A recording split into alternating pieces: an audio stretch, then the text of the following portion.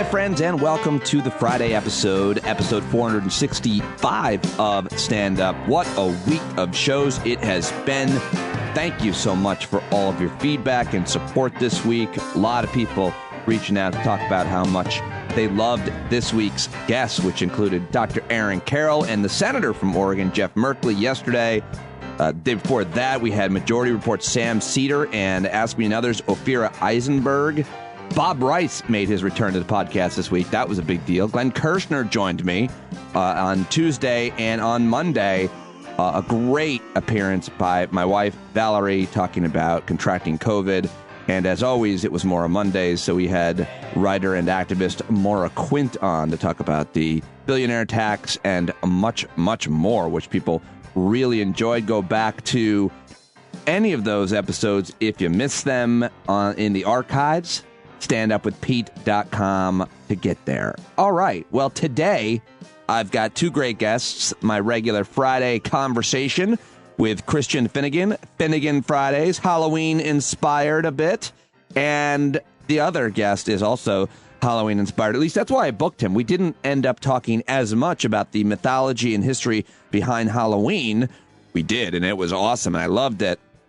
As we did here at the top, talking about the movement to ban books, because there's a whole history behind that. And I saw Kenneth C Davis tweeting about it, and I thought we should probably talk about that, seeing as that in Texas, there's a movement to get rid of like 850 books, according to one Texas Republican legislator who has a list of these books that he is keeping. So dangerous, so important to talk about. And so, don't do the news on Fridays, and I'm sorry this podcast is up a little late, but I was hanging out with listeners at the Hangout on Thursday night, and it got crazy. It just got crazy. We had a virtual hang. It got absolutely crazy, and one thing led to another, and I was like, you know what? It's too late, and I've drank too much to put together this podcast because I, as always, want to try to get it right.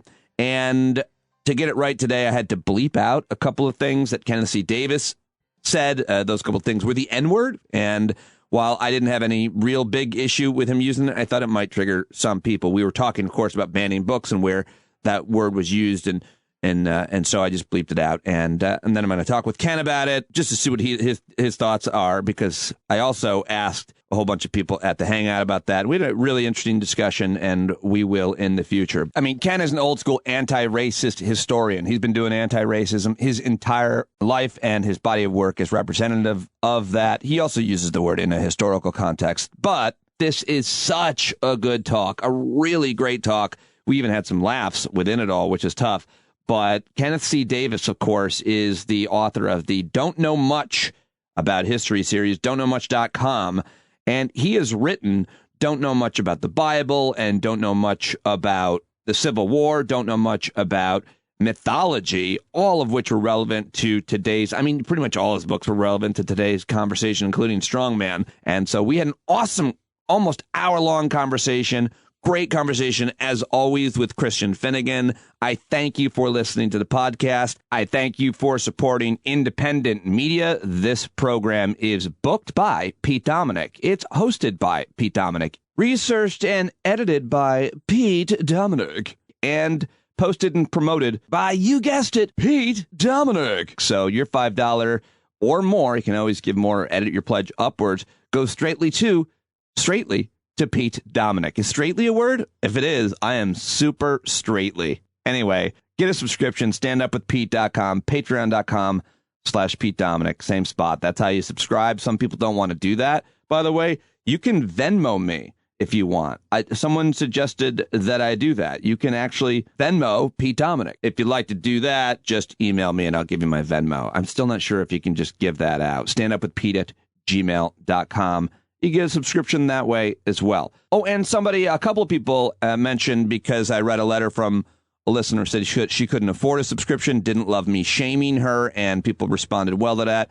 And Crystal did too. She wrote it and followed up. A few people asked, hey, I'd love to get that woman a gift subscription. I'm working on figuring out how to do that, and of course I'll promote the hell out of that when I do. Okay, well, if you're listening on Friday, happy Friday. Let's get to those conversations. I'm doing a couple sets at Levity Live tonight, little stand-up comedy, and then I'll be warming up the audiences on Sunday for Last Week Tonight on HBO. The next 3 Sundays, also Halloween. And then I turn 46 as well on Sunday. So that's a pretty big, exciting deal for me. I'm going to take my annual hike that my wife inspired me to do by doing it herself. I like to take some of the day myself and explore. It looks like it's going to be a lovely day. All right, well, let's get to those conversations, shall we? Christian Finnegan ends the week with us. He is my second guest today. And before that, talking about the history and mythology behind Halloween, where it all came from, which is really fun. I enjoyed that conversation. And in the earlier part, and I think most interesting part of the conversation, or at least I should say the most important part, the banning of the books, history of banning of the books, and so much more. A great conversation with Kenneth C Davis. Don'tKnowMuch.com to get all his books, and here we go. Okay, there he is. Very excited to have him to talk about, the author of Don't Know Much About Mythology, to talk about Halloween and a couple of other things that I want to sneak in. And if you're just listening, you don't know that Kenneth Davis and I are in costume for the Halloween show. And I'm contractually obligated, Ken, to remind you, if you somehow forgot, that it is also my birthday, Halloween. So. Oh my goodness. Yeah. Yeah. Dare we ask? My age? Sure. Oh, 46. What a baby. I'll be turning 46. I thought you were going to ask about, what it meant for me or something. No, I don't care about that. Okay. Well, what now? So I have a reindeer thing on, antlers on, and you are wearing like an Abe Lincoln hat. Is that, how would you describe to folks listening your costume? Well, it is. It's close to an Abe Lincoln hat. It's.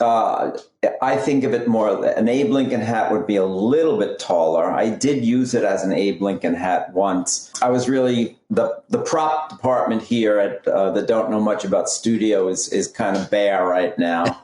So I had kind of dug quickly, and I thought this hat reminded me of my favorite actor, Daniel Day-Lewis, in one of my favorite sort of movies, Gangs of New York, a movie that I think, and a movie that has history in it, so we can talk about. So this is my Daniel Day-Lewis Gangs of New York Halloween costume, and now that we've done that, I can probably dispense with the hat. But yeah, now the reason that it is appropriate to talk about the Gangs of New York is that the Gangs of New York was, of course, about the Irish coming to America. Right. And when we talk about Halloween, we must talk about the Irish coming to America, because a lot of what we think about Halloween comes from the Irish immigrants who brought a very, very ancient tradition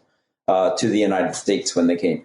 Well, I want to talk about that, but I'm so impulsive, and I have to ask you another question regarding the banning of books. Just real quick, where are you on it? On banning books? Well, I have written and spoken and talked about books all of my life. In fact, before I wrote Don't Know Much About History, long ago, I wrote a book called, you can't find it anywhere, Two-Bit Culture, The Paperbacking of America. Oh. It's actually the first book I ever wrote. Wow. I didn't know. It's a history of the paperback publishing business in America, which came into America in 1939, and the war kind of delayed it and then exploded after the war was over. Paperback books, when they came to America, were all priced at 25 cents, hence 2 bits. And there was truly a revolution in books in America when paperbacks were introduced, because before, we've all grown up with paperbacks now, but once upon a time there were no paperbacks, and there were very few places where you could buy books. What was extraordinary about paperbacks when they were introduced is not only they were cheap, but they were being sold in drugstores and train stations and bus stops and at newsstands, places that were not typically where you would buy books. And this was an explosive era in American publishing for what I call democratizing reading. I'm very passionate on this subject of banning books, and I'll get to that point. But my point is that I've been writing and thinking about this a great deal. When paperback books were first published and appeared, and especially as they went into the 1950s, they had very sensationalist covers.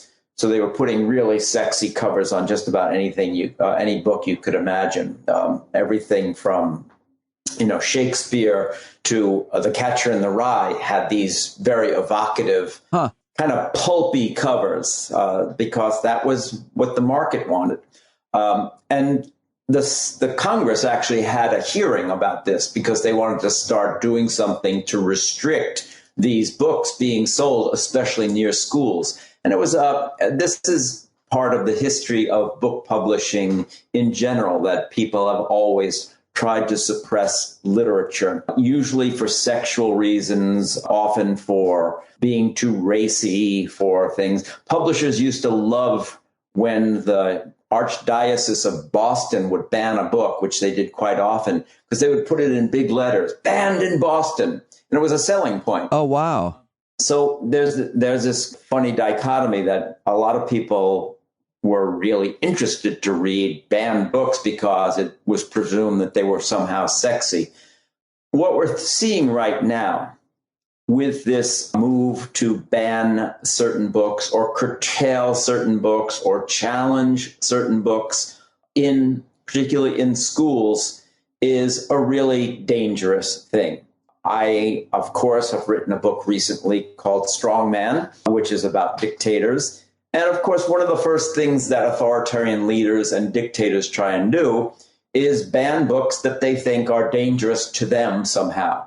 So you see, the Nazis have big book burning piles. And so this is a real issue that goes beyond just the racial component of this to the more authoritarian movements in our country right now. Yeah. When people set out to ban books, what they are trying to do is suppress ideas.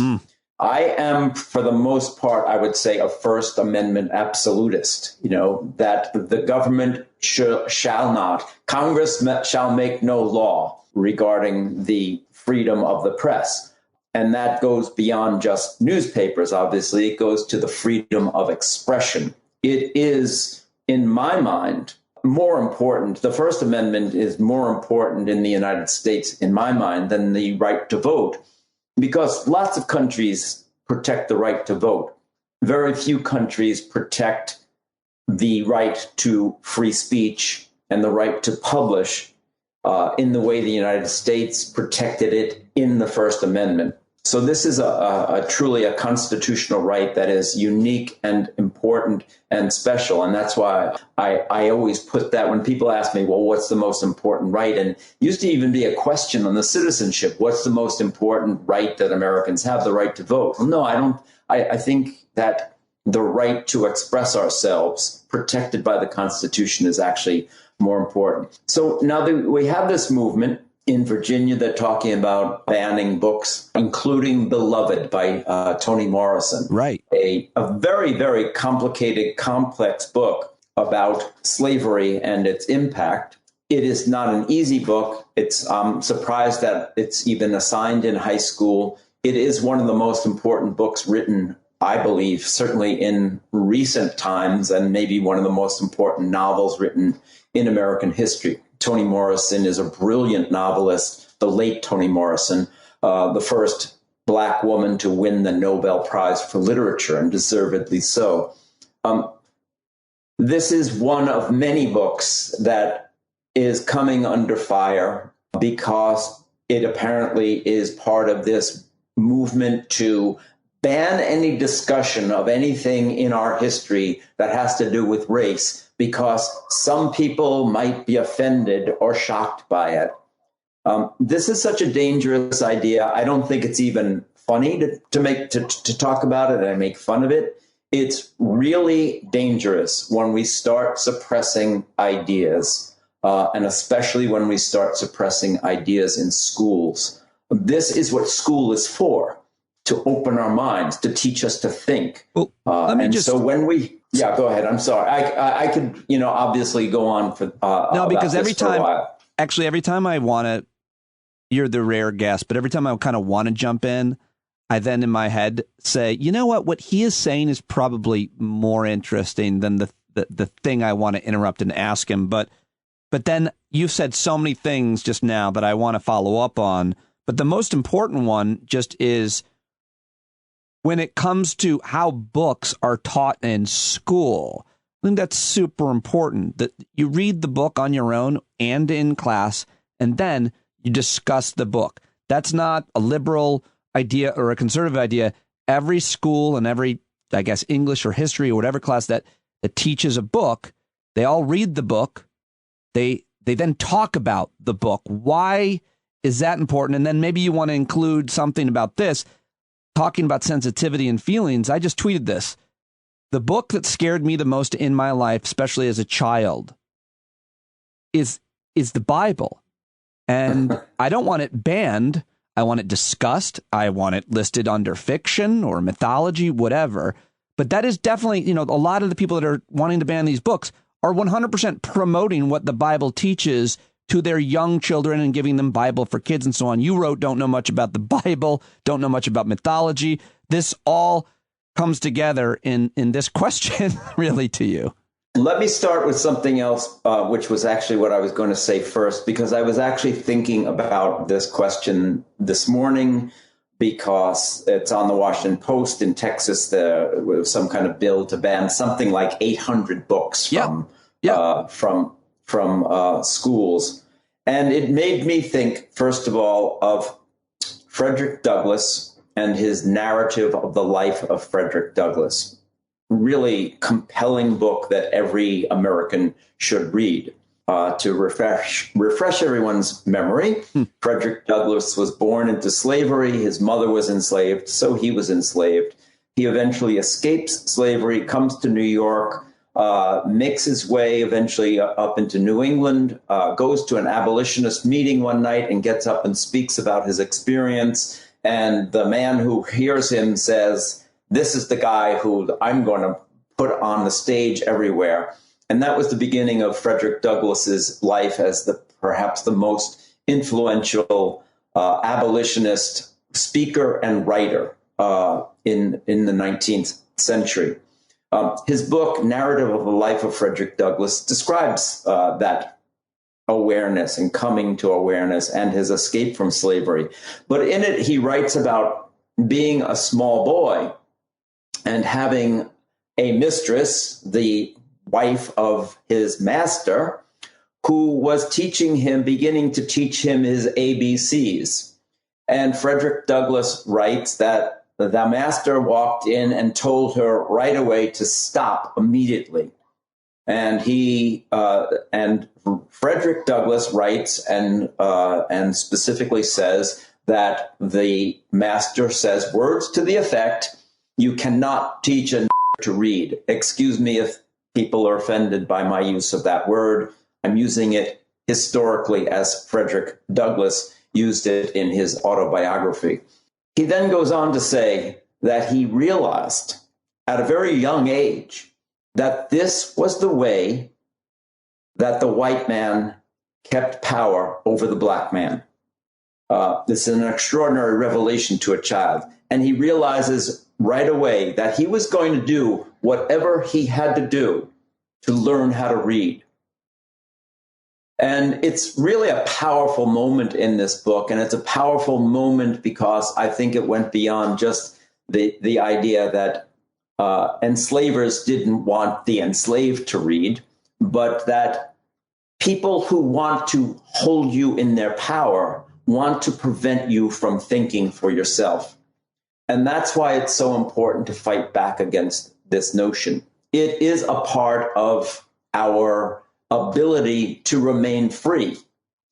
And that's why I'm fairly passionate on this subject. Obviously, there are some things that are not appropriate for all ages in all classrooms. I'm not suggesting that. But I do think that we get into a tremendous gray area when we start saying, oh, kids shouldn't read that. It's, the controversy on the other side is that there are many people who believe that high school students shouldn't read Mark Twain because Mark Twain has a character whose name is Jim.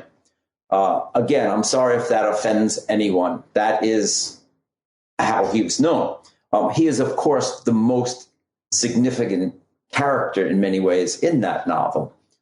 If you've never read it as an adult, maybe you read it in high school, you should go back and read it. It's one of the most powerful books in American history. But I'm as opposed to not allowing children, certainly high school age children, to read that book, as I am opposed to people trying to keep students from reading Beloved or How to Be an Anti-Racist or go down the list of any other book that's on this list of purged, banned, challenged, dangerous books. Yeah, all books are dangerous because they get us to think for ourselves. Right. But that is the idea of education. That is what education. We are not teaching children to be good Republicans, Democrats, good liberals, good conservatives. We're teaching them to think for themselves. And that is the most important gift that we can give to our children, is the ability to think, question, ask for themselves. And that's why I think that this is such an important issue.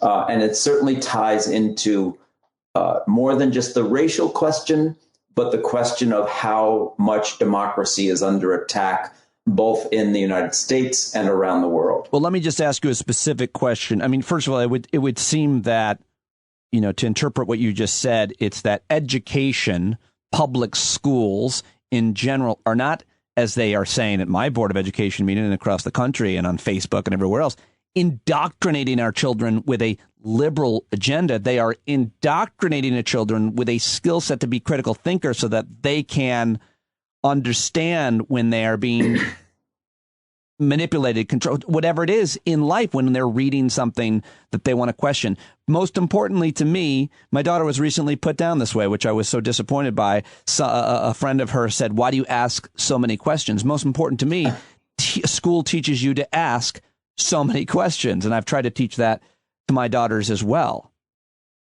It really is the essence of what education should be. I wrote Don't Know Much About History 31 years ago. It's a book of questions and answers. I tried to answer all the questions. I'm continuing to try and answer some of the questions I asked 30 years ago, like, how could men who fought and sacrificed and died for these words, all men are created equal, and life, liberty, and the pursuit of happiness, go back to a plantation utterly dependent upon enslaved labor? That is one of the most important questions I think I've asked in my life. Forgive me. And it's one of the questions that I'm still trying to answer in some respects. And in a book like In the Shadow of Liberty, I tried to answer that by looking at the lives of people who were enslaved by presidents. Yeah. There are still a great many people in this country, and I meet them all the time. When they ask me if I meet somebody in an airport line and tell them I'm a writer and I write about history, and I say I wrote a book about presidents who enslaved people, they said, presidents who had slaves? I never heard of that. I mean, we are in a country where that level of ignorance is commonplace. Well, the most drastic statistic, and I don't know what the number is, but it's frighteningly, even if it's not this, low is, something, I think it was like high school students or high school graduates that don't know about the Civil War, the causes of the Civil War. And you probably have heard this statistic over and over. You wrote a book, of course, about that and many articles and have been talking about that as well. I mean, that to me, that's a more, certainly presidents having slaves is super important, but the Civil War is far more important in terms of the causes and the fact that we are still fighting it for sure, right? Absolutely, but they're not unrelated either. Sure, yes. I would make that point because everything that happened from 1619 to 1865. There's a thread that runs through it all. So this is part of what my professional life has been about, thinking that this stuff is really too important to ignore.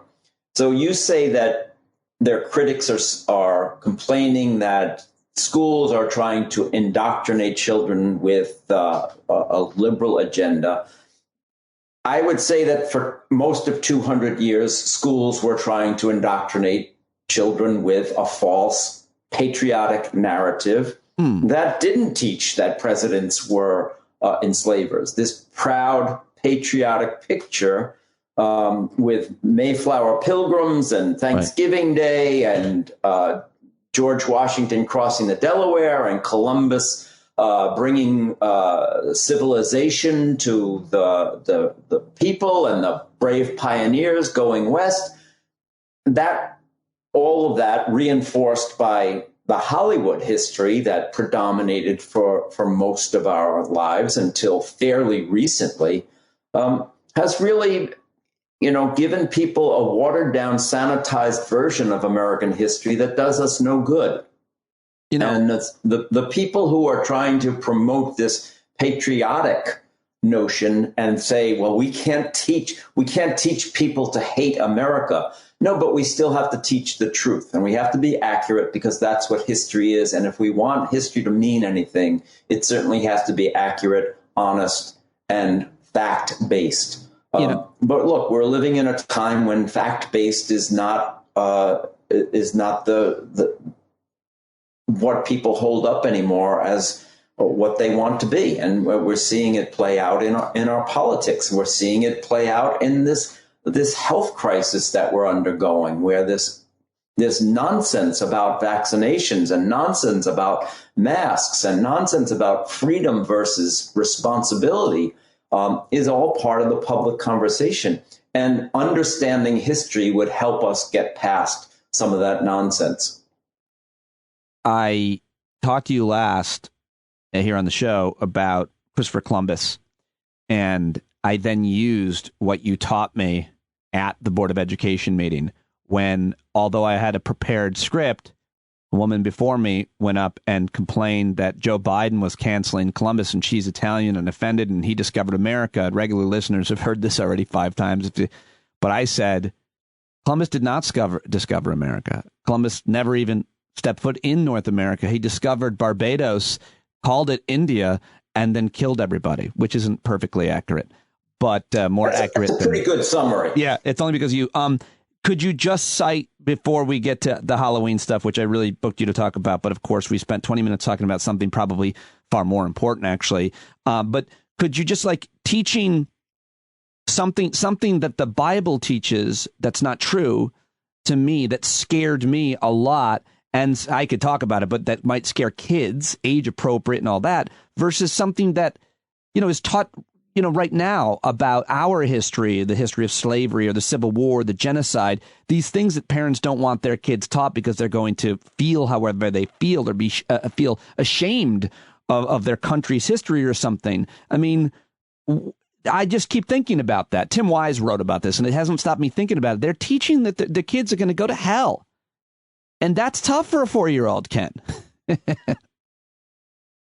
This is very true. I had a public school education, but I happened to be married to somebody who had a Catholic school education. And Same. She really worried about that as a child. We have this conversation quite often. We'll have to have another hour sometime about religion and the Bible and how it fits into our view of the so-called Christian nation. The Bible is filled with extraordinary wisdom, poetry, beautiful language, things that can bring us healing and a balm to our spirits. But it's also filled with rape, murder, the destruction of people, by other people. It's not an easy story, and it's not. We call it the greatest story ever told, but it's certainly not the prettiest story ever told. And for anyone who actually goes through and reads the Bible and reads about all the prostitutes and the women raped and the husbands sent into battle by good King David, so that he could have the husband's wife, Bathsheba. These are, stories from Sunday school that kind of get pushed out of Sunday school, but they're part of the whole literature and history of the Bible. And I did write a book about that to explain that to people. And that's one of the reasons that I also then went on to write a book called Don't Know Much About Mythology, because very often people use the word myths, and they mean something, a myth meaning something as we use it from in a familiar sense, something that's a lot of people believe, but it's not true. But myths actually are every civilization's sacred stories. So in other words, your myth is my religion. My religion might be what you call a myth. And those sacred stories, interestingly, are a lot similar in a lot of different cultures, and a lot of people have used those sacred stories in a lot of different ways. So almost every culture, for instance, has a story of a young boy who is born somewhat mysteriously and then turns out to have very, very extraordinary powers. And that is, everyone from Hercules to Superman to Harry Potter to Jesus. So these are, stories that are told throughout all time and throughout all civilizations. And that's what makes them so interesting to me. And I think that it's, very, very valuable, informative, and entertaining to learn about those stories and see the connections. It's really what makes us human.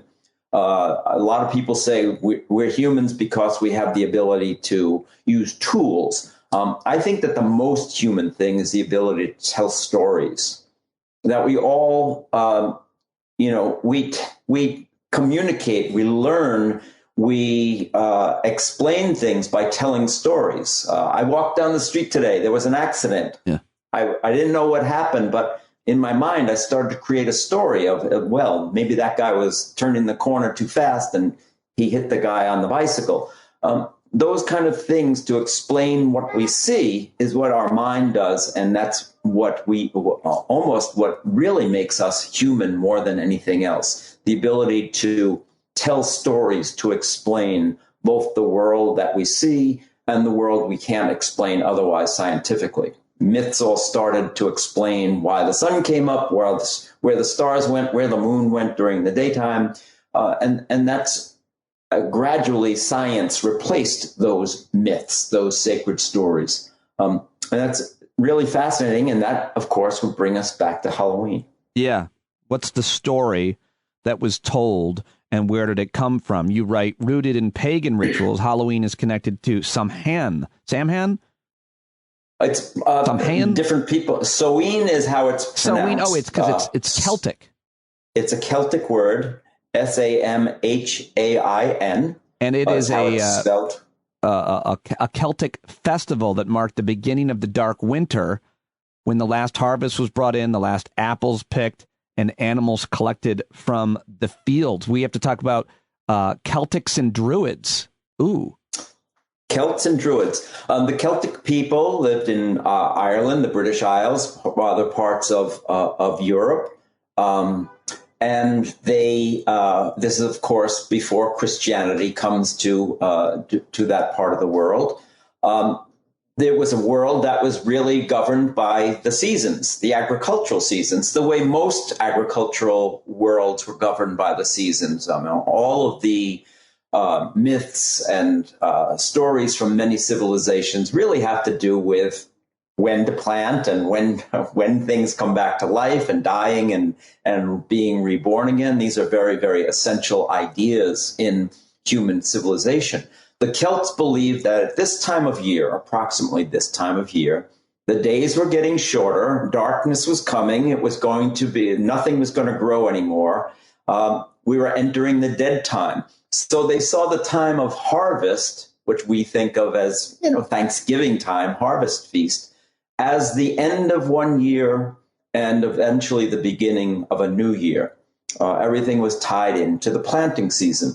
So this was this time of year was a time where they would have a festival called Samhain.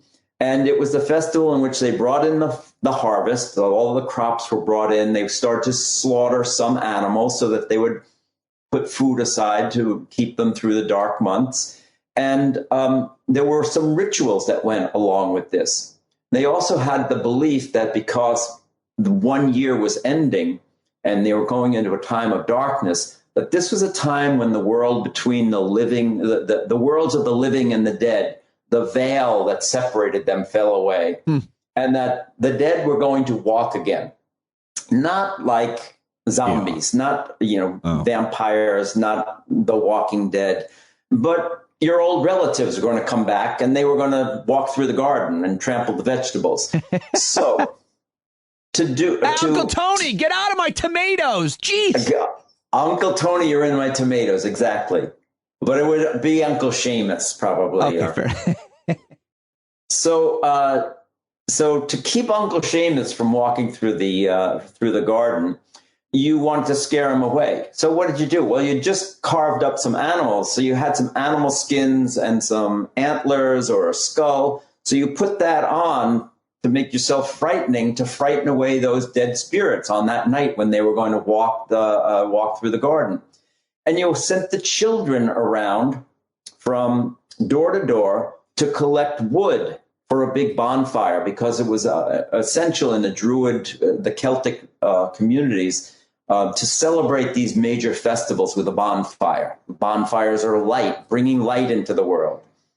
So send the kids around to collect wood for a bonfire, put on animal costumes to scare away the neighbors, and then when the night is over, collect some of the embers from that sacred bonfire that you've just lit, the symbol of light in the midst of the darkness.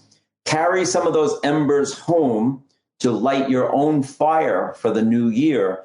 You carried them home in a carved out turnip. So, dressing up, sending kids from door to door, carrying a turnip or a pumpkin later with a light inside, all get started at an Irish bonfire 2,000 years ago. Now, when Christianity came to the Celtic world, the early Christian fathers were very smart about taking pagan traditions and, rather than trying to suppress them, put a Christian face on them. So here was a celebration of the dead and the departed. Instead of saying, "Oh, that doesn't happen," they converted it into a new Christian holiday called All Souls Day. There you go. Which used to be known in England and the English-speaking world as All Hallows Day. All Hallows Day, the night before All Hallows, there was All Hallows Mass was the whole holiday. The night before All Hallows Day was All Hallows Evening, eventually shortened to Halloween. Hallows Evening. Halloween is short for All Hallows Evening. Now, in medieval Europe, this tradition was fairly widespread in Europe. They also transferred this into something, because it was All Souls Day, and you were thinking about the souls of the dearly departed. Instead of sending the children around for wood for bonfires, you sent them from door to door to collect something called a soul cake. And people baked a soul cake, and the children would come and ask for a soul cake. And in exchange for that cake, they would say a prayer for your departed Uncle Seamus. So this whole idea and the children would be dressed as angels or, good spirits, whatever. So this idea, again, of something very ancient and pre-Christian gets a Christian face. Now, none of this was happening in early colonial America, because the people in charge in early colonial America were the Puritans. This can also be my Puritan hat, of course, Puritans, Thanksgiving, bulky shoes, silver buckles. I feel bad. I feel bad for the Puritans. You've suddenly made me say, I feel bad for any modern day religions or cultures or countries that don't do Halloween. I am a Halloween. Obviously, I'm biased, it being my born day, but I love it. You've suddenly made me feel bad for the Puritan kids, Ken. Well, the Puritans weren't allowed to celebrate. They didn't believe in celebrating this because it was, certainly not something that was in the Bible, and everything they celebrated had to strictly come from the Bible. And they also knew that these were ancient pagan ideas and they were not having anything to do with it, just as they banned Christmas later on in the Massachusetts Bay Colony. And we'll have to talk about that in a month or so. Yeah. When we talk about Thanksgiving and later Christmas, they would have not had any Christmas decorations because they knew that most of those Christmas decorations also came from ancient pagan beliefs, the evergreen tree as a symbol of life in the midst of death.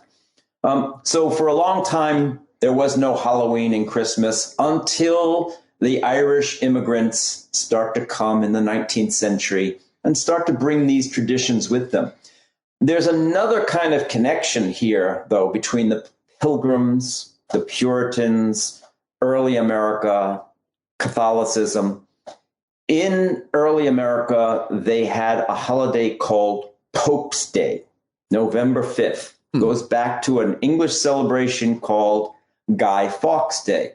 Guy Fawkes was a Catholic who tried to blow up Parliament, didn't get away with it. And so this was always seen as a Catholic plot to try and bring down the British Protestant throne. In the United States, Guy Fawkes Day kind of became Pope's Day, in which on November 5th, you went out and did mischief, and people had contests to carry the Pope around on a cart, and they would burn him in effigy. And so it was a night of tremendous mischief.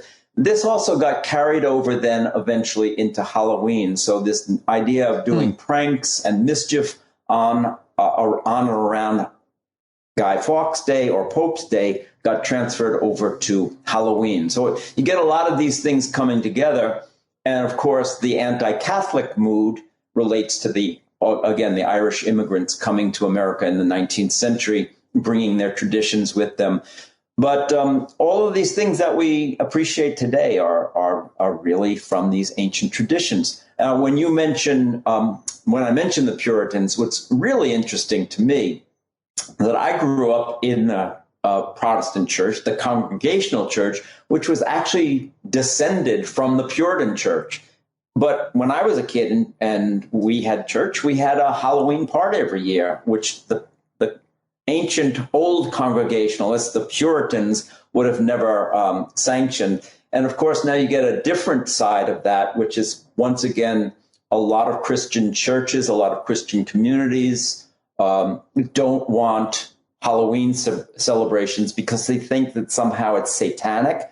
There was nothing satanic or evil about these ideas that were being celebrated on Halloween. It was just that this is the way these people viewed the world, that you had to light a bonfire to keep the home fires burning and to bring good luck for the next harvest and to keep the dead spirits from wandering around.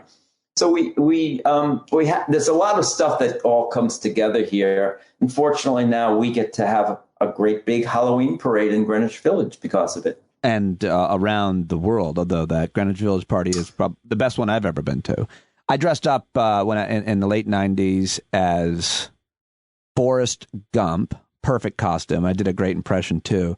And it was the Greenwich, I was like 20 with a bunch of my classmates, college classmates. And I ran down whatever street in Greenwich Village, and all of the people cheered, "Run, Forrest, run." It was so much fun. What did you dress up as a little Kenneth C Davis boy? Do you remember any costumes? for you? Oh, well, yeah, for us, it was we were the generation of, Mickey Mouse was just kind of, so I was very little. I remember having a Mickey Mouse costume, but we had very few store-bought costumes, but it was also the era of Davy Crockett. So I had the coonskin cap. Yep. And carried my musket, and I was Davy Crockett very often. A little later, things got, you didn't want to get too involved. So you threw a lump on your back and you became a hunchback. That was a pretty simple costume to throw together. Or hobo. Hobo was also very big. Now that one I get a little sensitive to, because I often get called a hobo. But are we not going to talk about the fact that last year you dressed up as Robert E. Lee and it now has been discovered? Are we not going to talk about that? These pictures? I have never dressed up as Robert E. Lee. I wouldn't dare. I have done Lincoln, and I've done Sigmund Freud a few years. That's good. Put a few cigars in my black suit with a bow tie and where does Sigmund Freud. Where does the Satan thing come from? My daughter told me, like this week, that a friend or a girl she knows in school, they're not allowed to do Halloween because their parents, she's religious, and their parents say something about the Satan. This is 2021 in New York State. What? It goes back to what I was talking about, because some people treated this Celtic holiday, Samhain, they thought that was a person, like a god, instead of being a holiday or a feast day. They thought that this was actually a satanic type of evil presence that made the dead walk on this night. So that's the way that it got connected. And then in the popular imagination, and certainly more so since the first Halloween movie, however many years ago that was, Halloween got more connected to evil spirits and evil events, and the fact that it was always mischievous. But it's interesting when you go back and look at the history of Halloween in America after it did become more accepted. Until the early part of the 20th century, it was more of an adult holiday. People got dressed up, and they would go to Halloween parties. 1918, the flu pandemic, Halloween coming in the midst of it, people sort of curtailed that quite a bit. And it's really only afterwards, after the 1920s, that and well into the 30s and 40s, that it really becomes much more of this kids' holiday than it's became. Certainly, that's how I remember it growing up in the 50s and 1960s. No parents were getting dressed up. There weren't adult dress-up parties. It was really a kids' holiday, and you went out, when it was evening time, and you had to come home pretty early. But then mass marketing and commercialization, like everything in America, took over, right. And all of a sudden, the symbol of Halloween was Elvira, Mistress of the Night, selling beer in the supermarket. Right. Well, how about the jack-o'-lantern? How about the pumpkin? I love pumpkins. And we all love pumpkin everything. Talk about commercializing. It's everywhere now, and beer and coffee and everything. And what about the candle inside the pumpkin? Again, it goes back to that Irish tradition, the Celtic tradition of carrying the embers home. And they used a turnip, a carved out turnip. That's not as fun. And when the Irish came here and they found pumpkins, that was much better. There was actually even an Irish legend. And I write about this on the website, don'tknowmuch.com. You can learn more there about it. A guy named Pumpkin Jack. I might be screwing up his name. At any rate, Jack was a character that comes in later Irish folklore. The devil is chasing him, and to light his way home, he carries home this pumpkin with the light in it to escape from the devil. Stingy Jack. The legend of Stingy Jack. The legend of Stingy Jack. So that was an old Irish tale that came about long after the Druids, but descended from it in part, that this was the way you got home safely at night. You put the light inside the turnip. Later on, it became a pumpkin, especially when the Irish brought those traditions here. So Stingy Jack, of course, then becomes Jack-o'-lantern. So, okay, well, I'm going to let you go because I've taken up like almost an hour every time, and I can always, it just goes by so fast when I'm talking to you. So just finally here, outside of your expertise and just your own personal opinion, where is Kenneth C Davis on pumpkin flavored things and smells and scents, and where, oh, he's shaking his head no, and what is your favorite candy is never a hacky question to me, even though it is. I love it. So where are you on pumpkin? Coffee, beer, anything? Pie? No, pumpkin goes in one thing, pie. You're okay with that? I'm really down with pumpkin pie. I love pumpkin pie. I mean, there are a few other things that I think it's appropriate in, but do not put put pumpkin in my coffee, in my beer. No, I'm not. I'm just not there. All right, calm down. You don't need to get so angry with me, Ken. It's just a question. You seem really. Well, I really think upset. it's the way that the man has taken over this holiday that should be ours. Well, so, no, you actually now making me get serious, but you have always been good at pointing out how capitalists people have tried to profit from almost creating a myth around a holiday or just celebrating a holiday in ways it shouldn't be. You've always pointed out things like Memorial Day and Veterans Day sales as being quite offensive. But okay, back to candy. What is your candy of preference? Are you a candy person even? Do you like sweets? I love sweets and I love chocolate. So this is, and now they tell us a little dark chocolate every day is good for us. That's the best, health news I've seen recently. So I'm completely down with that. I've always liked chocolate with nuts. So like, almond chocolate. Okay. I mean, listen, I appreciate. Or peanut butter. I knew you'd give me like some sophisticated, and I shouldn't be surprised by some Italian influenced cultural taste. I feel like that's a very dark chocolate type of thing for you to say. But will you please lower the brow and give me a commercial candy that if it were in a jar on someone's desk or it was sitting in your living room, what is it? What is it that you fall for every time? Well, it's not on everyone's desk, but I'd have to go with bocce. Again, we can't allow for that. Again, it's too... No, bocce, you can buy bocce anywhere. I know that you can, but we're not... Hazelnut. I'm sorry. That's, again, a little too highbrow. I get it, and I appreciate it that's your preference, but could you, again, give me something?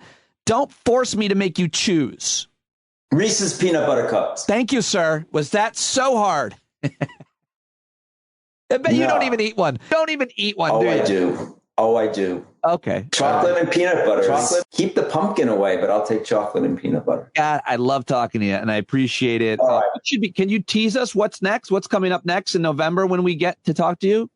Oh, well, we have to talk about Thanksgiving. Again, I'll put on my...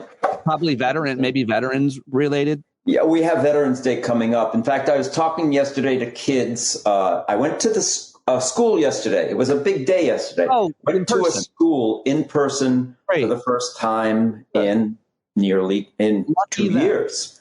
And it was really great to be with kids. Everybody was masked, and we had a great time. And I talked to them a lot about, because we were all wearing masks, I thought it would be appropriate to talk to them about my book, More Deadly Than War, and the lessons we should have learned from the Spanish flu pandemic of 1918.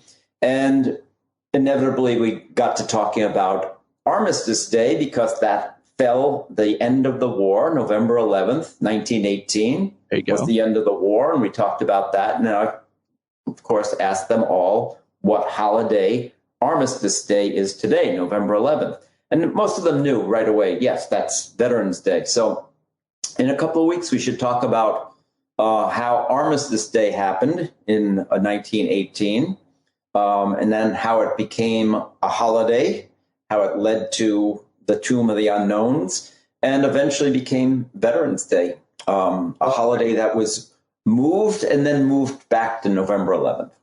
all those kids and all of us are so lucky to learn from you. And I do think it's a little bit probably inappropriate and controversial that you crowbarred in a lesson on critical race theory with these young kids, Ken. Why would you do that?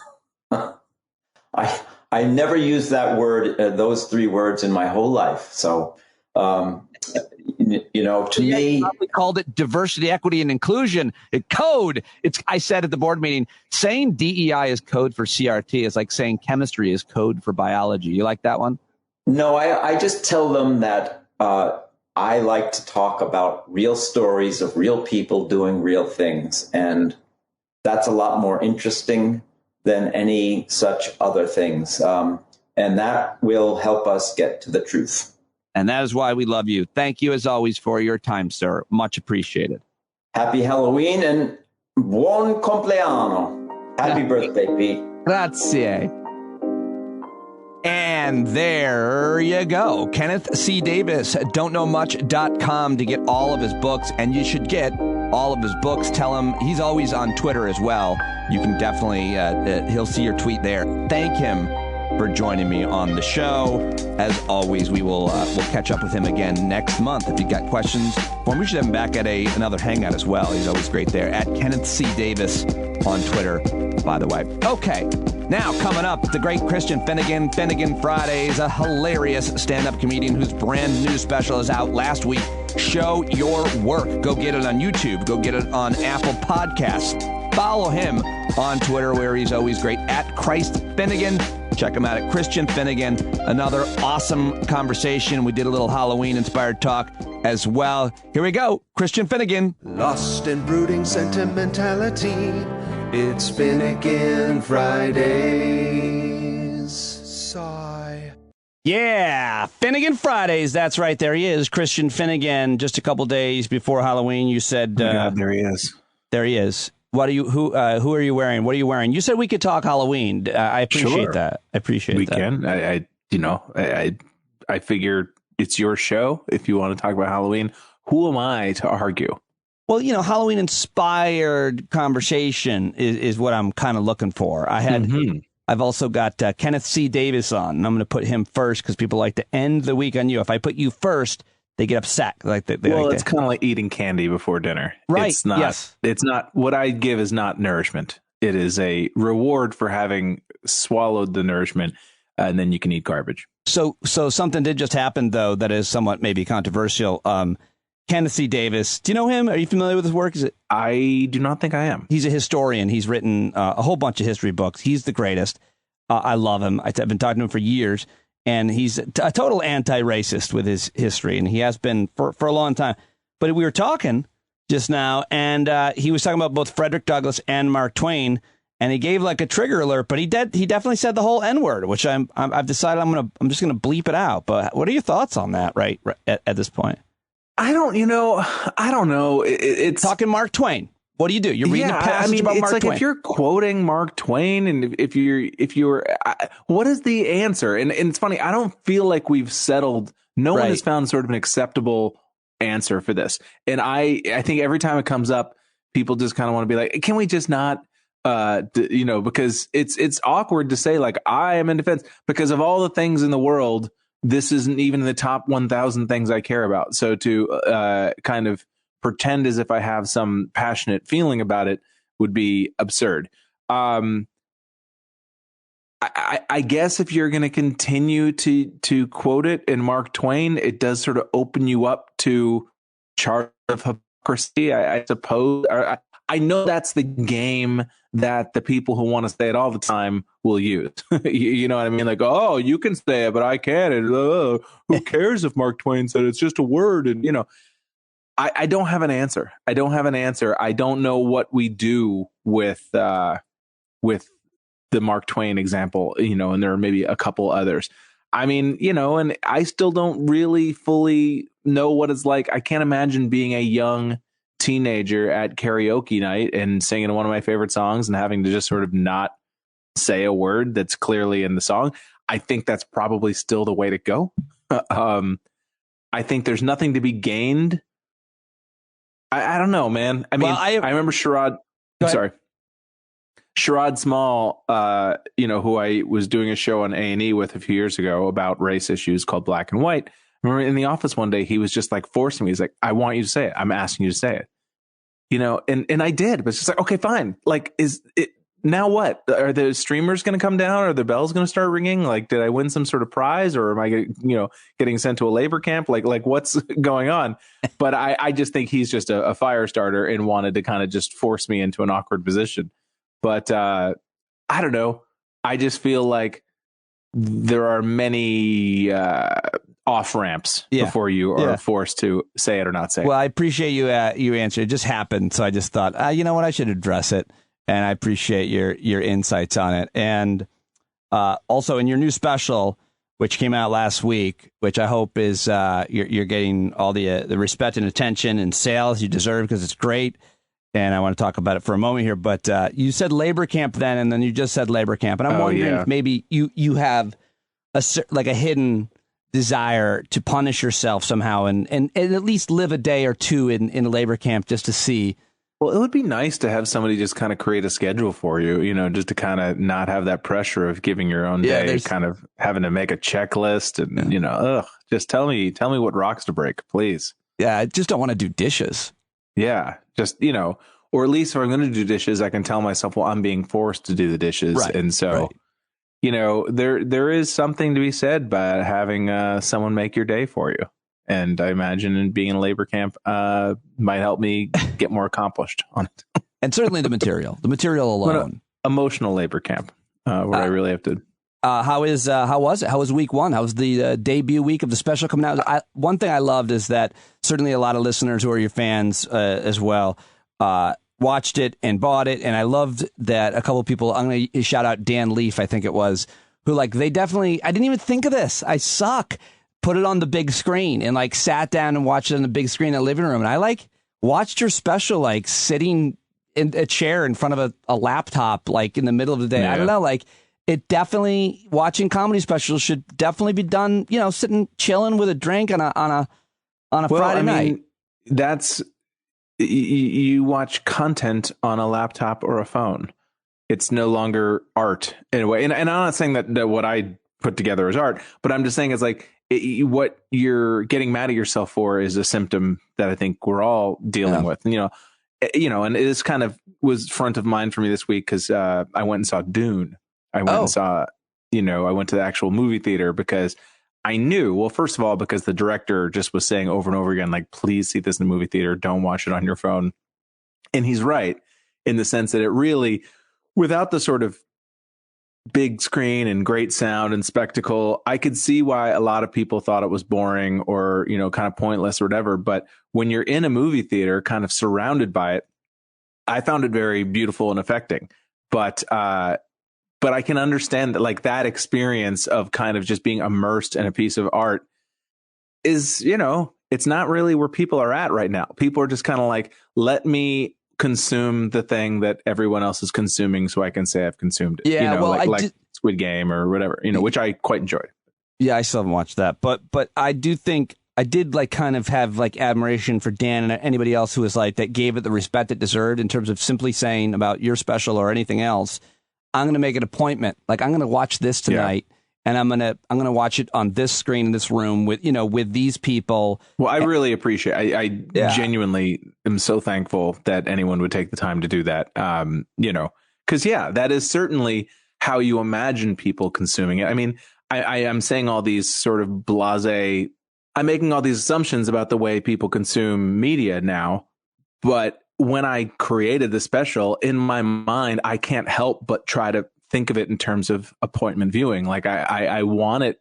That's the way I want to enjoy things. I don't do it often enough.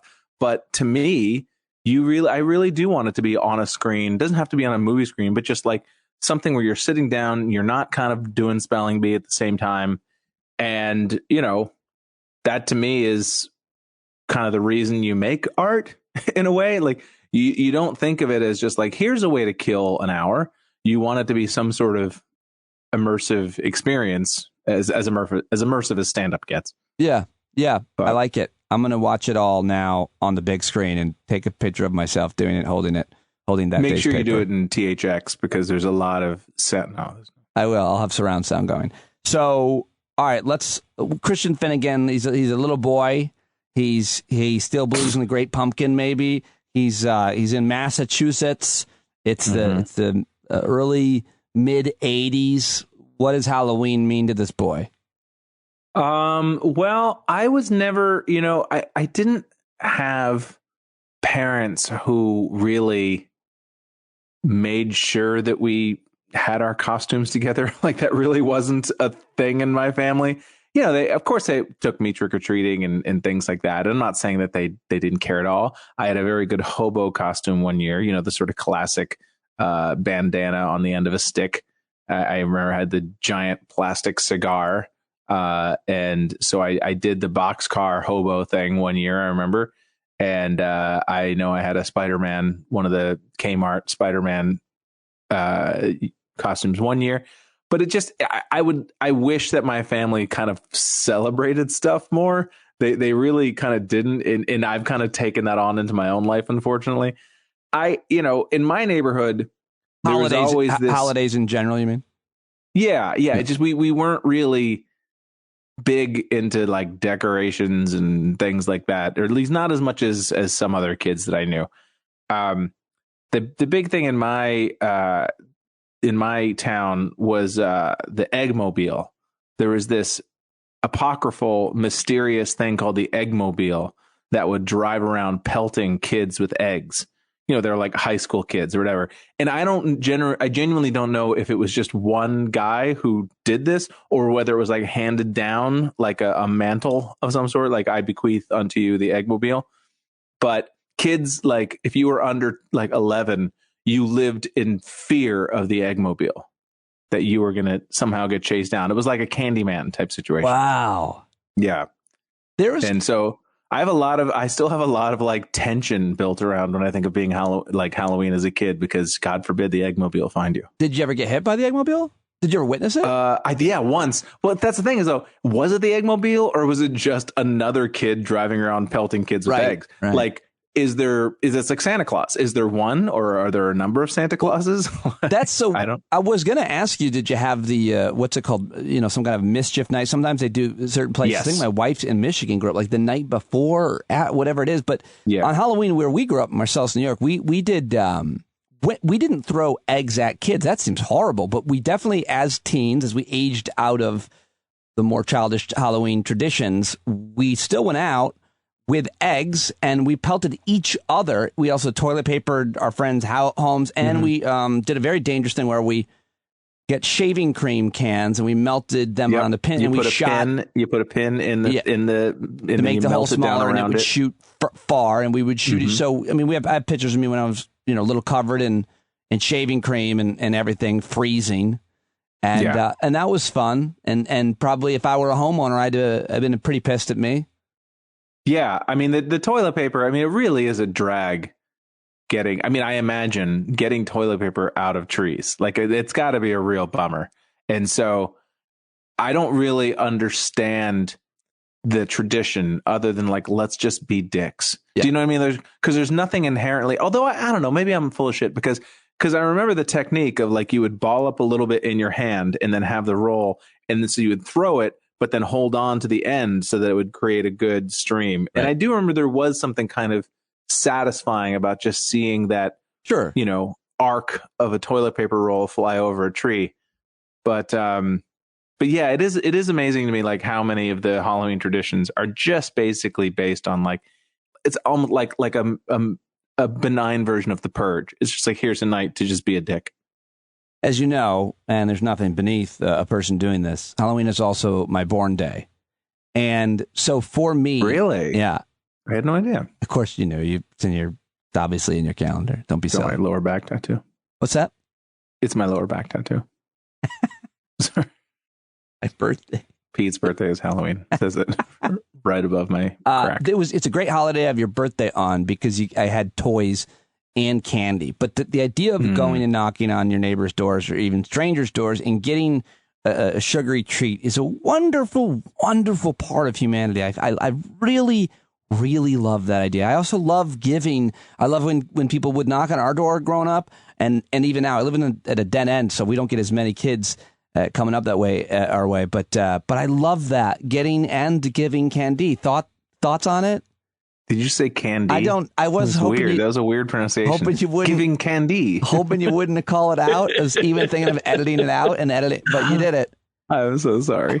Yeah, I mean, that is definitely something I miss being in the city for so long, is that I really haven't had that trick or treater. I mean, we'd get kids coming by QED sometimes. And I have a bit on my special where I did have a kid who used to trick or treat in the building. Right. And that was always a very New York brand of pathetic. But it's not the same as that suburban, just kids walking everywhere. Yeah. Stranger Things type vibe. I think I would find that very adorable. I do find it creepy when adults are super into Halloween. It's a children's holiday, and I think that we shouldn't forget that.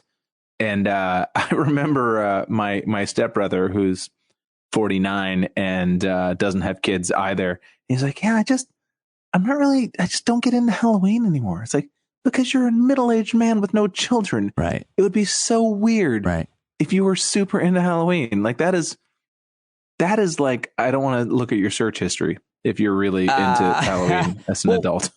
Are you so we've invited you and your wife Cambry to our house. It's a costume party. It's a Halloween costume / birthday, whatever, but you got to wear a costume. You guys coming, or are you making up an excuse to not show up? It depends how busy. Right now she would be too busy, right. But I want to talk to her about generally all things being fine. Yes, I think that Cambry is good at making costumes. She'll throw things together really quickly. Like last year, I think it was kind of lame, but it was creative. She basically wore all black and then taped words all over her body, and she was supposed to be the Mueller report because it was all like redacted. Okay. Okay. So like that. It was the kind of thing where people be like, "What are you?" And then she'd be like, "I'm the Mueller report," and be like, "Oh, okay." Sounds like she was a sexy Mueller report. Is there any other kind? Filled with obstruction. My favorite Halloween costume, I think I went as Robert Smith at least twice, the lead singer for The Cure. Oh, wow. Okay. Yeah, and he's kind of a very interesting looking fellow. He's got the big crazy hair and the lipstick smeared all over his face. And it's a pretty easy one to pull off. Although everyone kept asking me if I was Edward Scissorhands. And I was like, I don't have scissors for hands. Right. Like, you think if you're going to go with Edward Scissorhands, that would be the first thing you would guitar. Go for. Yeah. But yeah, that was just kind of because it was super easy. I don't like to dress up and then have a conversation with a person that I've never met or that I know well. I don't like it. I don't like that you're in costume, and I'm uncomfortable with it, that you're dressed up as something, and I get it after like a minute or two, it starts to feel like I can't believe I'm wearing a cardboard box or something. It's just, I feel awkward. I feel socially anxious in costume. Yeah. And I don't know how much of this, I mean, I know a lot of comedians who are super into Halloween, but I also sometimes wonder whether my disinterest in sort of Halloween type events or celebrating big holidays by wearing certain clothes or whatever, it kind of almost feels like I get up on stage all the time. Like I'm the center of attention a lot. Right. Like maybe that's more than most people. Right. And I don't need it tonight. Like I'll let you work at the shoe store. Let this be your big night. Or you're a teacher or you're a doctor or whatever. You work in an office. I'll let you kind of be the performer tonight. You know what I mean? Like it kind of just feels a little bit like amateur night sounds too offensive. But it just feels like this is the night for people who don't get to be showy to be showy. And I feel like I spend a lot of my time on stage and I don't need it in that context. I'm so glad I asked you that question, because I've wondered for a long time what made, and I think there's some of that for me, or that I would add to it. I would rather get attention in a more traditional way based on, what we're talking about. I'd rather have you appreciate that than my costume or your costume. And I always feel uncomfortable trying to guess you, or I'm judgmental about your costume or your commitment to it, whatever it is. But I really like what you're saying as well, which is like, you can dress up, but we'll talk about you. Yeah, I don't feel like that. compelled to Me neither. like, man, now everybody's going to look at me tonight. I don't, Although I'm like sure that's it, not the way people think of it, but that's just how to be it clear, affects me. like I am jealous of my buddy's family, my buddy Campbell in Australia, who I've told you about. Like they do a whole thing, like they commit to it. The whole family dresses up as like the Incredibles, or they have a theme of the Wizard of Oz. I think that's great when you have little kids and you dress them up and you up and Yes. same thing. I do like that a lot. I'd be into that. No, even now with my kids older, if my wife and my daughters all wanted to do a thing, I would be into that for sure. Yeah. I think that is the sign of I think that's a good family activity to sort of create a Halloween thing together. And like I said, like it just wasn't really part of my family, so it never really stuck with me. But do you think have at it. Would it be offensive if we dressed up as January 6th insurrectionists? Well, how would you differentiate that you weren't just those people? That's the thing. It's like, how do you make it? Maybe if you were like a zombie who was like a January 6th zombie or something like that. But I mean, sexy insurrectionist. Can I do that? Sexurrectionists, insurrectionists. All right, let me ask you about this. Listen, I know it's hacky. I know it's unoriginal. I do it kind of every year. I do it all the time, even to make small talk with kids, much less adults. I do like to talk about your favorite candy. I'm okay with it. And it's so the question is, you've gotten a bag of candy after a long night, putting in the hours, knocking on the doors. And what are you looking forward to, and what are you real disappointed about? Well, I mean, there's obviously the cliche ones, like you want the full size, not the fun size, or whatever. Yeah. But who are those people giving out the full size? Who are they? What are they trying to prove? The people giving out the full size? Yeah, it's a show of power. I liked like Spree. I was a big fan of Sprees. Oh, I love Spree. I liked little Snickers bars. Snickers, I was a big fan of. Baby Ruth, I quite liked. Any Mounds or Almond Joy was a huge disappointment to me. Anything like Necco wafers, which were a thing when I was a kid, those were pretty nasty. Yep, indeed. I'm still a huge fan of Juji fruits. Ooh. People aren't really fans of those. I love them. I like my teeth. Love them. I don't like candy that is work to get out of my teeth. Same thing, like Oreo cookies get jammed in. I'm like, I don't want anything that's going to cause me to have to do work with my toothbrush. Yeah, I like both of those. But and part of me, like, I think Juji fruits are the best movie candy because they're work, because it gives me something to sort of do, because otherwise I'll chew on my fingers. Oh, well, I'll chew on my fingers. Like a weird manual oral thing where I will not just chew my nails, I will actually chew the skin around my nails. I do that. Like, my hands are disgusting. Yeah, mine not too bad, but I do it. I do it when I'm driving. Driving. Yeah, that's what I'm saying. It's like when you're kind of just idly, but that's what I'm saying. If you have Juji fruits, then you've got something to focus on. Milk does as well. Interesting. I'm just trying to think if my fingers have healed because I'm not doing a daily commute in the the car all the time. They definitely have gotten better. That's where I really gnaw on my fingers is while driving. I don't know. When I'm watching like the Knicks games is when I really go to town on them. Right. Ooh. It's brutal. So, okay. Well, Halloween this year is going to be a little bit more normal, I guess. So, well, I don't know. It is and it isn't. I feel like, last year was obviously weird, but it still felt special in a way because people are like, I'm doing a Halloween Zoom, or that there was still, I feel like this year it's almost people give a shit less in a way because it's not normal and it's not abnormal either. It's just like a lot of businesses like QED hasn't put up any decorations, mostly just because my wife is running for office and doesn't have time for that. But a lot of the stores in our neighborhood that traditionally would have a lot of Halloween stuff up are not bothering this year. So I don't know what that's about. Have you ever thought about, and would you think about, say, with your pal Pete, opening one of those Halloween costume stores, just, seasonal in an old Sears or whatever, the Spirit Halloween store? Have you seen these everywhere? Let's do it, man. I got nothing going on. Let's do it. Yeah, let's just do it just for a month. Just for a month. How do you start one of those from scratch? Like, do you just start buying random costumes? Like, you probably have to buy one that already exists, I imagine. Yeah, you can't just be like, I don't know where they keep. All right, let's see. Let's start off with witch, sexy nurse, and zombie, and we'll just move from there. I don't know where they keep all that inventory the rest of the year too. I want to find that. Well, that's what warehouse. That's what baffles me. I think I posted a picture on Twitter last week. There's a couple of houses in Astoria. There's one that has like 2 15-foot skeletons. They're giant. Well, one's a pumpkin head from the movie Pumpkinhead, and one's a skeleton. And then there's also like witches in the window and gravestones. And I cannot fathom taking an entire room of my small Queens split level home and having that be like the skeleton room. Like, right.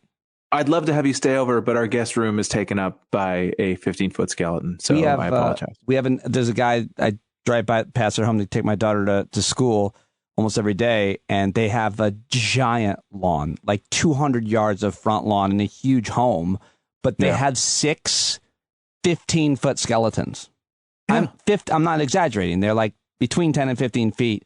And I have to know, I might put a note in their mailbox. Where do they live the rest of the year? How does, and now I get started to get judgmental and angry. Like, no one needs this much space, so much space that they need to store their holiday decorations. And then I feel like a Scrooge because I like that people decorate and have spirit around it. But come on, 6 like 10 feet skeletons, you're doing fine. Yeah. It's that's the point where I feel like your money should be taken from you. All right. Finally, I want to ask you, your wife is that's my own version of socialism. If you have more than one skeleton, then you deserve to be taxed higher. There should be a tax. Should be a special tax for you. Your wife is running for town council in Coshecton, New York. Yes, Coshecton, New York. And I just wanted to, ask you how it's going and what was your experience? Didn't you go knock doors for her? And what was that like? A few times. Yeah, I mean, I've mostly just been the driver when we go. But yeah, I mean, I think she's almost knocked on every Democratic door in town at this point. I think she has like 35 or 40 left. And it's who knows? I mean, honestly, the amount of work and effort she's doing, like, I actually think that she probably would have as much, if not more, success running for a higher office, because what she's running up against, and I may have mentioned this, like in the town she's running in, she's running against guys whose last names are literally street names. She mentioned it. She was on the podcast in your stead. Yes. Yeah, we had a great conversation. Yeah, it's crazy. When she told me that. Who knows? Yeah, I mean, like, these guys aren't doing any door knocking because they don't feel like they have to. Right. Like, they just put up their 5 signs or whatever, and it's just like, oh yeah, Johnson. I went to school with his father. Right. And so, I think the best part of it is just kind of for her to kind of feel out whether she enjoys it in the process of running, and she's super good, man. I mean, there's things about it that are hard, like there always are. But there's certain gifts that certain people have that I think suit you well in public service and politics. And one of them is, do you remember people's names? Do you remember people's names and remember facts about meeting them? And that's not something you can get better at it. You can work at it. But that, I think, is just something that some people have and other people don't. Yeah. And she is one of those people with just the weirdest recall. It's just like, oh yeah, Philip, you went to Bosnia once. She'll have these just random facts like, oh, your dog is named Ernie or whatever. Like, she just remembers random things. And I think that really does make a difference in terms of people feeling like, first of all, they make them remember you because you actually took the time, to remember them. And it's disarming in a good way. It's charming, I think, when people remember your name and care about you and things like that. So I think that she's really well suited to it. So I think that it definitely is something that's going to be in her future. I just don't know how much faith I have in our little town. Right. She did get somebody. She'd been leaving notes with like mailers for people who aren't home, and basically just giving her email address, like, hey, if you have any questions or whatever, feel free to email me. And she got her first, what do you think about critical race theory in schools email, which is, come on, man, really? Coshecton Town Council, like, okay. It's just so it's so phony. It's all so phony. Yeah, well, that's a whole manufactured thing. CambryCruise.com to donate to her campaign. Election day is Tuesday. Is this coming Tuesday, right? Mm-hmm. Yeah, that's been that's the dominated a lot of local politics, certainly in my town. Yeah. We had the board meeting, I guess it was last week now, and still hearing it. And it's really I'm trying to draw these folks that are worried about CRT being taught in school out by just asking them repeatedly, and then what? Like, let's say they were teaching this. What's your concern? And the concerns are, you're teaching my kid feels guilty about who they are and ashamed of their country and stuff. And it just, it's so hard to take because, as I said at the board meeting, I'm like, that's parenting. That's got to be parenting. Like that, you go to school, you discuss a book, you read a book together, you discuss it. You discuss the history lesson. You have questions about it. You take it home to this is not indoctrinating anything into kids other than hopefully some sense of critical thinking. That's just really...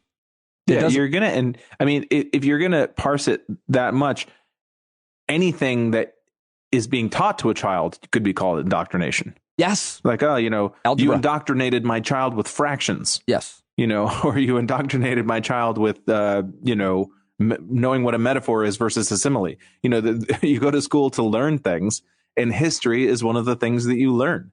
And literature is, how to appreciate literature, how to analyze text. Yeah. These are the things that you learn at school. And, as I knew was going to be the case, the minute this CRT nonsense started, it's already trickled down into all of a sudden we don't want Toni Morrison taught in schools. Right. And I promise you, the thing they always hang their hat on, the Martin Luther King, I Have a Dream. And 5 years before they don't want I Have a Dream taught in school. Oh, you think we're 5 years out? 5 months. I don't know.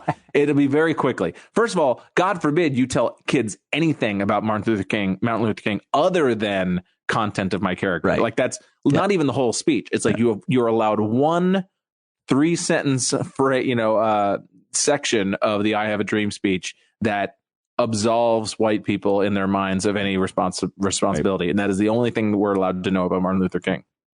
But I think that all good points. All right. Well, happy Halloween.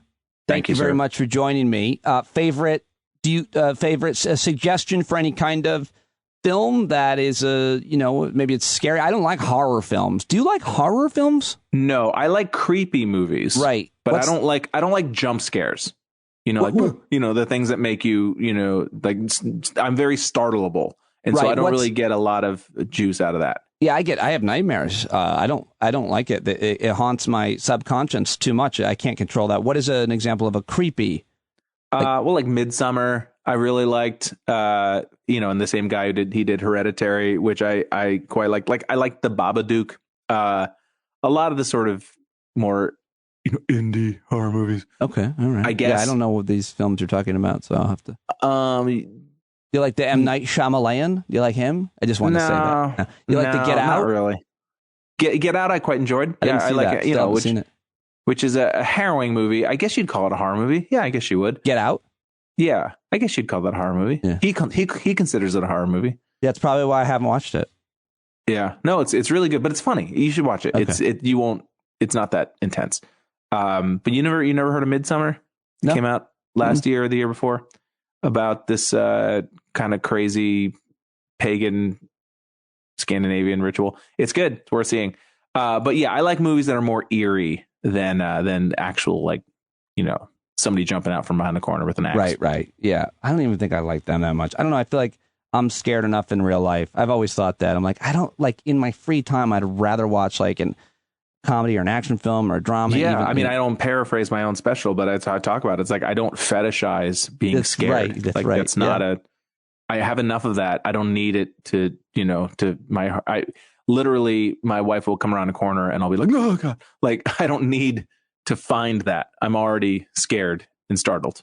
My wife scares me a lot, like on purpose when I don't know she's there, and it really bothers. It makes me angry, and she laughs in my face. And this is a thing that you see on TikTok a lot, and I get fed that algorithm. Couples playing pranks on each other. We don't do that. Like I don't like pranks, but like she scares me a lot. And every time she does it, it makes me mad. I don't have fun with it. And I understand to see your partner kind of get discombobulated can be joyful in a way. Like if my wife, is wearing like a pair of pants that rides a little low and she's like bending over, I will stick a pencil in her butt crack. Like I will. Oh, well, that's different though. But mostly just to see her be like, "Wah!" And that's rude and indefensible. But so I can't be a complete hypocrite about it. Thank you very much. I love talking to you, man. No matter what we're talking about, I always appreciate it. I'm so glad that you were able to make time here. Thank you. Thanks, Peter. There he goes, Christian Finnegan, everybody. Calling me Peter. Not many people do that, but he can. It's okay. Or you can call me PJ. That caught on last night at the Hangout. Thank you, Vicky. Thank you very much for listening to Christian and I hope you like that. I hope you learned from Kenneth C Davis, as I always do. And I hope you learned a lot this week, as I always do, from the great guests that we have and news segments. I hope you're okay. I appreciate you listening and supporting the podcast, standupwithpete.com. I hope you have a great weekend if you're listening on Friday or on the weekend. I hope you're having a great weekend. And check in with me either way. Join the community. Do our hangouts. So much fun last night. Oh, man, did we have a great time. A costume contest and a lot of laughs and serious, thoughtful discussions as well. So always great. It went for almost like 3 hours, I feel like. Was it only 2 hours? I don't know, but it was great. Okay, that's it for today. John Carroll wasn't there. I missed him the last couple weeks, but he's always here. Right now, with our theme song, you hear it. Take us out, Johnny Carroll. And you stand up, stand up. No need to point your rifle to defend your town. Just stand up, stand up. You know they can't deny you what you're laying down. Oh, you better stand up, stand up. Show your face of every color, yellow, black, red, and brown. She's the place where every lost child will finally be found. One thing to do before we stand our ground, and that's stand up, stand up. Well, the founding fathers saw the land for all. They had to stand up, they had to stand up. They had a keen imagination for a crystal ball, drawing all the plans of stand up. But all they had to go on was the time they were in, with other causes for laws, and since they weren't even sin, they knew that change was gonna come before the change could begin. They had to stand up. All right, they had to stand up. We got to stand up. We got to look the devil square in the eye. We gotta let him know it's his time to go, and make it clear when all we hear is a lie. Why you lying awake wondering where the money all went? It'll be the cost of freedom that'll go unspent. You can see him flee the scene of that experiment if you stand up. All right, we got to speak up, we got to reach up and raise your voice in every way you know how. Don't be toes up, you got to show up. Ain't no better time to do it but now. No need to pledge allegiance to no wanton tribe. Rise up, show obedience to the voice inside, and listen well and it'll tell you not to run and hide. It says stand up.